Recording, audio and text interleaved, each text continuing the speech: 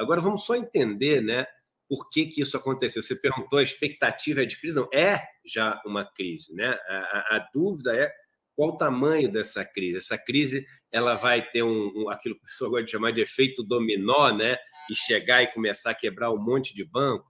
Tem gente que compara isso que aconteceu com o SVB, né? Eu vou aportuguesar aqui a sigla, com o que aconteceu com a Bear Stearns no começo da crise de 2008. Só para quem não lembra, no começo da crise de 2008, a Bear Stearns, que era um banco de investimento, um dos mais tradicionais, um dos maiores dos Estados Unidos, ele quebrou, né? Mas aí todo o sistema não deixou ele quebrar para poder salvaguardar, tentar, né, proteger os outros bancos. Então, teve uma ajuda grande ali para o Bear Stearns, mas não adiantou, porque pouco tempo depois a Lehman Brothers quebrou, né?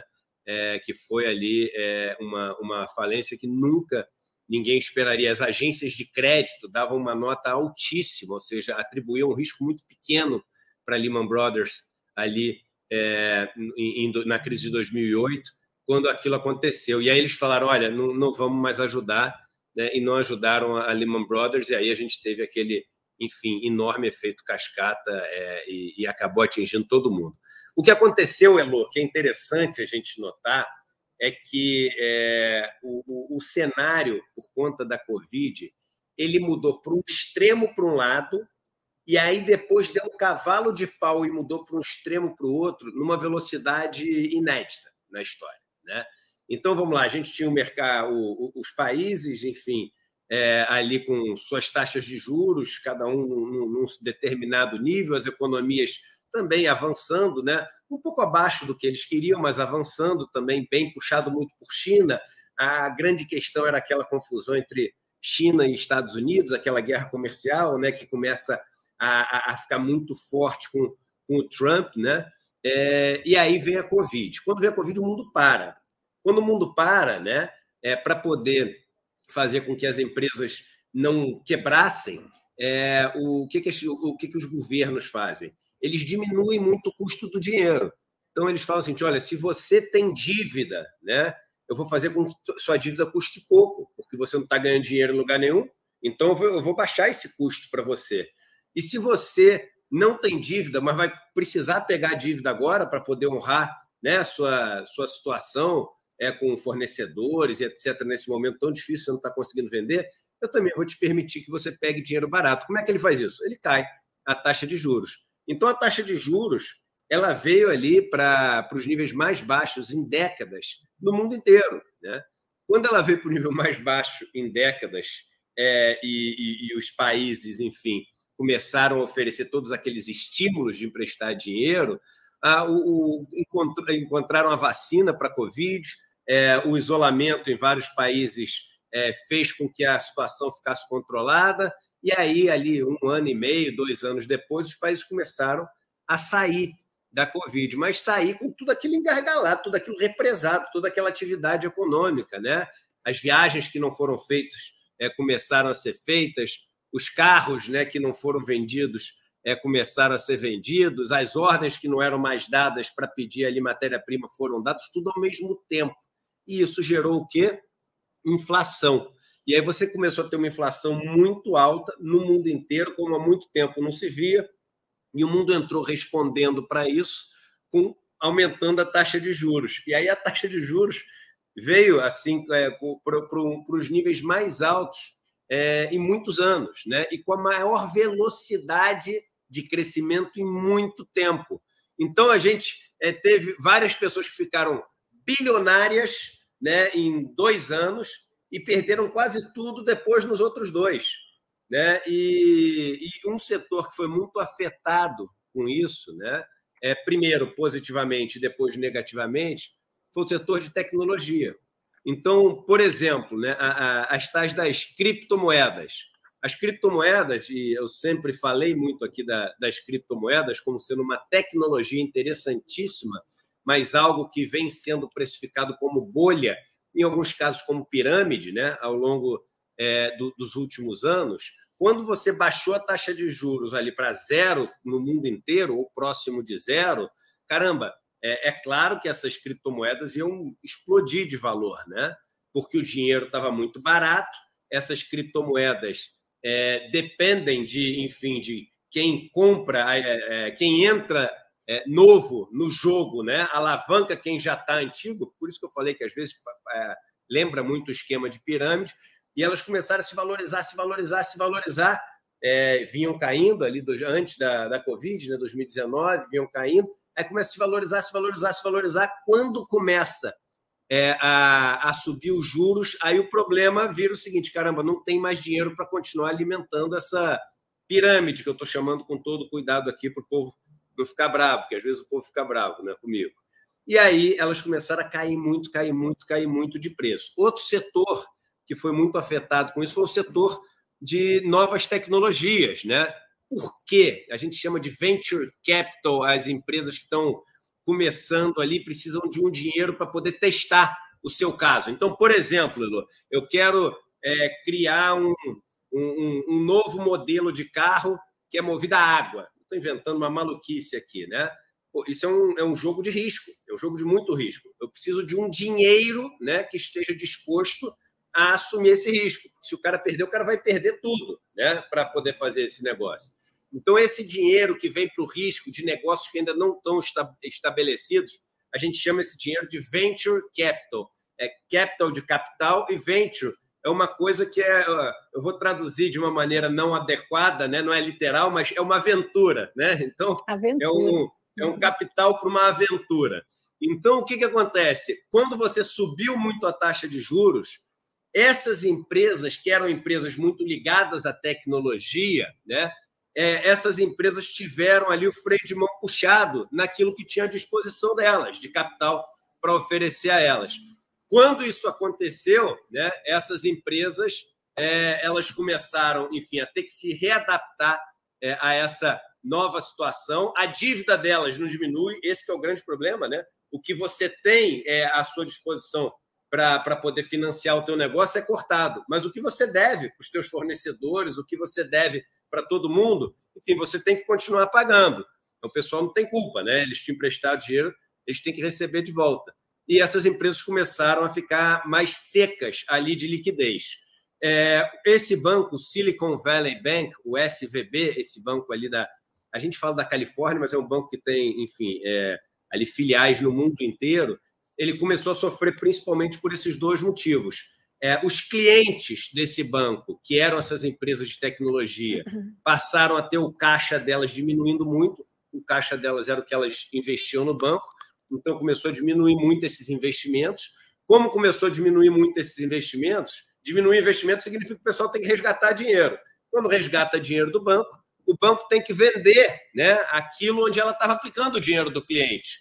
Aí ela entrou para vender aquilo onde ela estava aplicando o dinheiro dos clientes. Quando ela entrou para vender, ela vendeu num preço pior do que estava, enfim, considerado nos demonstrativos financeiros da empresa. Isso gerou um prejuízo. Só que a gente está falando de um prejuízo de mais ou menos 2 bilhões de dólares. Quando gerou esse prejuízo, ela falou assim: eu vou emitir ações para poder compensar esse prejuízo. Aí foi o sinal de alerta. Aí o pessoal falou: se está emitindo ação é porque a situação está feia, vamos tirar o dinheiro do banco. Isso a gente tem um nome, chama-se corrida bancária. É aquela história de todo mundo ir para lá para tirar o dinheiro para não ser o último, para não ser aquele cara que fica sem. Começou essa corrida bancária, aí o pessoal olhou e falou: se isso está acontecendo com esse banco ligado ao setor de tecnologia, pode acontecer com algum banco ligado ao setor de criptomoeda. Aí começou a fazer a mesma corrida bancária com o Signature Bank, que é esse banco lá de Nova York. Aí a autoridade americana, o FDIC, né? Eu acho que é Federal Deposit Insurance, o seu não estou lembrando. Corporation, né? O FDIC entrou e falou o seguinte: olha só, gente, calma, ninguém mais precisa tirar dinheiro desses dois bancos e a gente vai fazer uma coisa inédita. O que eles fizeram que é inédito? Assim como no Brasil, o FGC, que é o Fundo Garantidor de Crédito, né? Que é um fundo que é bancado pelos bancos. Então, é um fundo, todo banco, quando você faz um depósito lá, o banco é obrigado a fazer é bem pequenininho, um valor muito pequenininho. Ele pega e faz um seguro para esse teu depósito, nesse fundo garantidor de crédito. É como uma seguradora dos depósitos aqui no Brasil. E aí, se algum banco quebrar no Brasil, dependendo se você tiver investido ou num CDB, ou tiver dinheiro na conta corrente, ou tiver numa LCI, numa LCA, em alguns instrumentos, né, você tem garantido até R$250 mil. Para que é isso? Para os bancos menores terem uma estrutura de depósito que defende eles, para o sistema não quebrar e não ter essas corridas bancárias, né? O que nos Estados Unidos vale? Por acaso é até parecido, são $250 mil, mas o número é 250 também. Eles chegaram e falaram o seguinte, olha só, a gente não vai proteger só até $250 mil, não. De uma maneira inédita, todo o dinheiro das pessoas que tiverem depósito nesses bancos está protegido. Por que eles fizeram isso, Elô, Vivian e William?